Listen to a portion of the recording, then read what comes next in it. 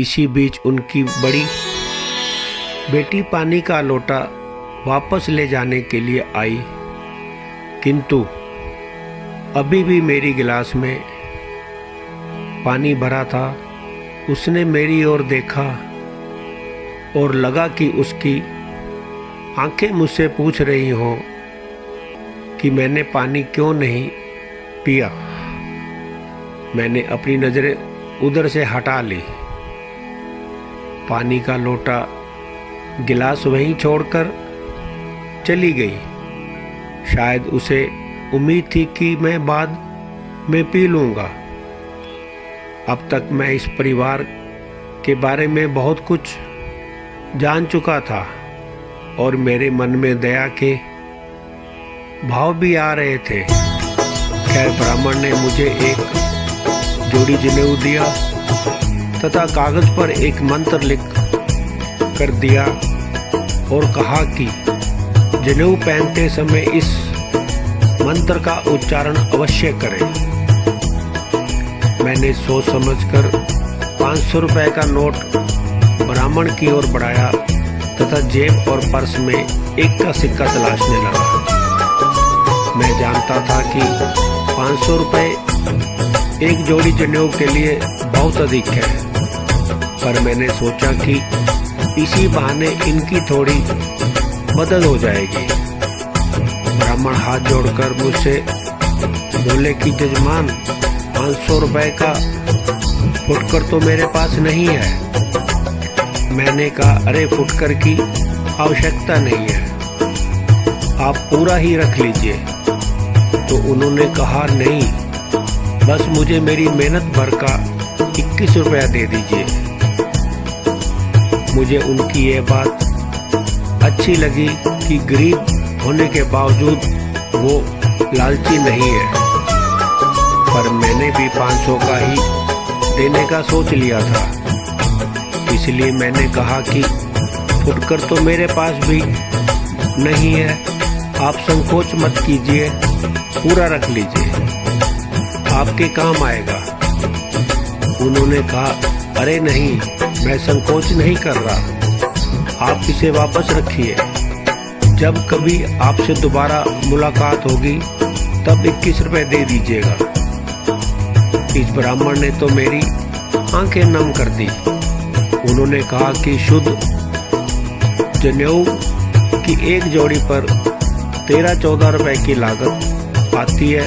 7-8 रुपए अपनी मेहनत का जोड़कर वे 21 रुपए लेते हैं।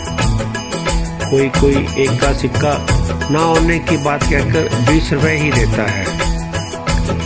मेरे साथ भी यही समस्या थी। मेरे पास 21 रुपए फुटकर नहीं थे। मैंने 500 का नोट वापस रखा और 100 रुपए का एक नोट उन्हें पकड़ाते हुए बड़ी ही विनम्रता से उनसे रख लेने को कहा। तो इस बार वह मेरा आग्रह नहीं टाल पाए और 100 रुपए रख लिए और मुझसे 1 मिनट रुकने का कहकर घर के अंदर गए। बाहर आकर उन्होंने 4 जोड़ी जनेऊ मुझे और देते हुए बोले, मैंने आपकी बात मानकर 100 रुपए रख लिए। अब मेरी बात मानकर आप ये 4 जोड़ी जनेऊ और रख लीजिए ताकि मेरे मन पर भी कोई भार ना रहे। मैंने मन ही मन उनके स्वाभिमान को प्रणाम किया तथा साथ ही उनसे पूछा कि इतना जनेऊ लेकर मैं क्या करूंगा।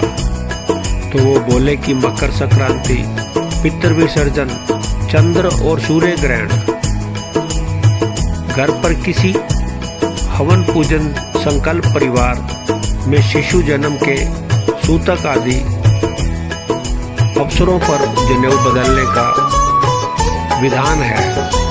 इसके अलावा आप अपने सगे संबंधियों, रिश्तेदारों व अपने ब्राह्मण मित्रों को उपहार भी दे सकते हैं, जिससे हमारी ब्राह्मण संस्कृति व परंपरा मजबूत होगी। और साथ ही साथ आप मंदिर जाएं तो विशेष रूप से गणेश जी, शंकर जी वह हनुमान जी को जनेऊ जरूर चढ़ाए। उनकी बातें सुनकर वह 5 जोड़ी जनेऊ मैंने अपने पास रख लिया और खड़ा हुआ तथा वापसी के लिए विदा मांगी तो उन्होंने कहा कि आप हमारे अतिथि हैं, पहली बार घर आए हैं,